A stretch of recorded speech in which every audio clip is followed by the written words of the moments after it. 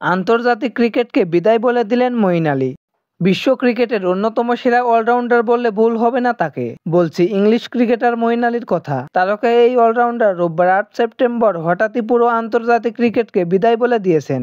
British সংবাদ মাধ্যম daily মেইলকে দেওয়া এক সাক্ষাৎকারে তিনি এই ঘোষণা দিয়েছেন। সেখানে মঈন বলেছেন, আমার বয়স ৩৭ হয়ে গেছে এবং এই মাসে হতে যাওয়া অস্ট্রেলিয়া সিরিজের দলে ডাকা হয়নি তাকে। আমি ইংল্যান্ডের জন্য অনেক ক্রিকেট খেলেছি, কিন্তু নতুন প্রজন্মের সময় যা আমাকেও ব্যাখ্যা করা হয়েছে। এরপরই অনুভব করলাম সময় হয়ে গেছে, আমি আমার কাজ সম্পন্ন করেছি।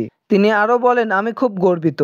আপনি যখন প্রথম ইংল্যান্ডের হয়ে খেলেন তখন আপনি জানেন না আপনি কতগুলো ম্যাচ খেলতে পারবেন। প্রায় ৩০০টি আন্তর্জাতিক ম্যাচ খেলেছি। আমার প্রথম কয়েক বছর ছিল টেস্ট ক্রিকেট নিয়ে। একবার ইয়ন মর্গান আমাকে ওয়ানডে দলে নেয়, সেটাই ছিল বেশি মজার, কিন্তু টেস্ট ক্রিকেটই ছিল উপযুক্ত।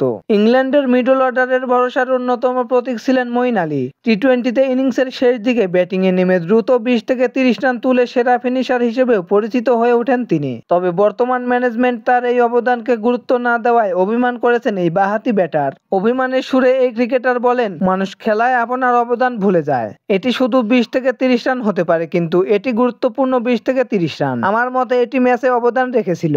আমি জানি দলের জন্য মাঠ ও মাঠের বাইরে থেকে আমি কি এনেছি। চলতি বছরে নিজের সেরাটা দিতে ব্যর্থ হয়েছেন মঈন আলী। সর্বশেষ ৫ ইনিংসে তার সর্বমোট রান ২৫। এরপর ১৩ ইনিংসে তার সর্বোচ্চ ব্যক্তিগত ৪২। তাই আসন্ন অস্ট্রেলিয়া সিরিজ থেকে বাদ পড়েছেন তিনি। তাই বাস্তবতা বুঝে সিদ্ধান্ত নিয়েছেন, জানিয়েছেন এই ক্রিকেটার। তো দর্শক বন্ধুরা, খেলাধুলার সকল আপডেট সবার আগে পেতে চ্যানেলটি সাবস্ক্রাইব করে পাশে থাকুন। ধন্যবাদ।